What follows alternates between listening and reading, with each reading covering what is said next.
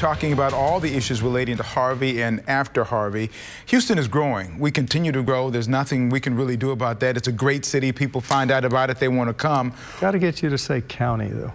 I'm sorry. Harris County is growing. You're right. Harris County is growing, and Houston's within it. You're all growing, and you have so much. The unincorporated Harris County area is how many people now? Almost 2 million people. A lot of people, and it's growing. You have more space for more people. Right. You want to come, maybe.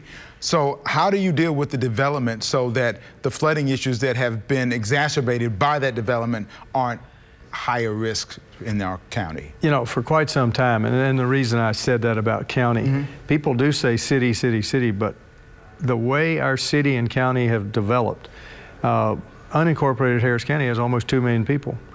Unincorporated Dallas County only has about 6,000 people. And it's no right or wrong there, it's just the way it is. Well, counties don't have ordinance making power. Counties only get property tax. We don't get any sales tax revenue. We have to have a fundamentally different urban governance for our region if we're going to continue like this, because you cannot expect a county government that's the same as Loving County that has 80-something people in it out in West Texas to be able to handle this. We don't, for example, we can't even ban aerial fireworks in the county. And the residents all the time say, why can't you do this? So is that a state thing, state legislature? State legislature? And so when we start talking about retention requirements and development restrictions and things like that, that's not an easy thing in Texas. We all understand property rights and how Texans like their property rights. I got that.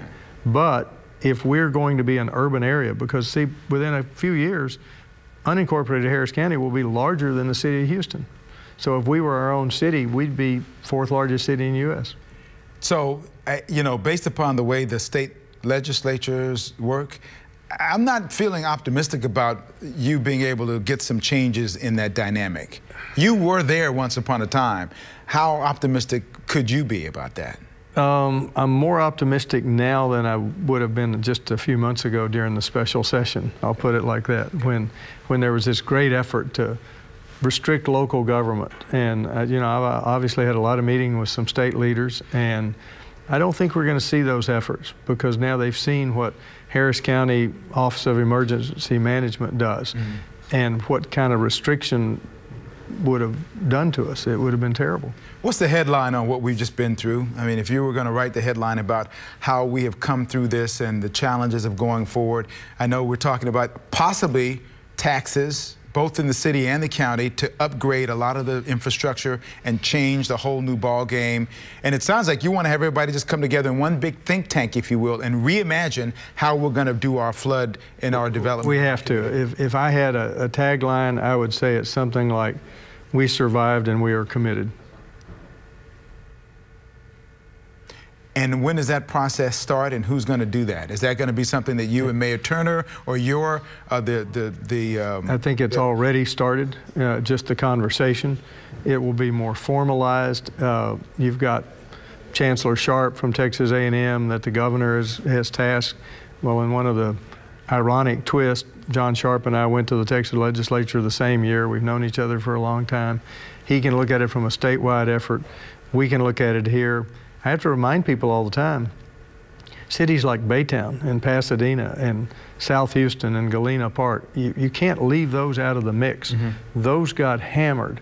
And so that's why at the county level, the city of Houston is large and it has its own dynamic, but we've got to make sure all these other cities in Harris County are cared for too. And we touched upon it just a little bit ago about the Ike Dike concept, or with the barrier. That's a whole different ball game, but that wouldn't have helped in this scenario. No, it would have done nothing for this scenario. Ultimately, it needs to be built. But it's not. So you're on board with that? You want to see that built? I was on the Gulf Coast Community Protection and Recovery District. We accepted the concept.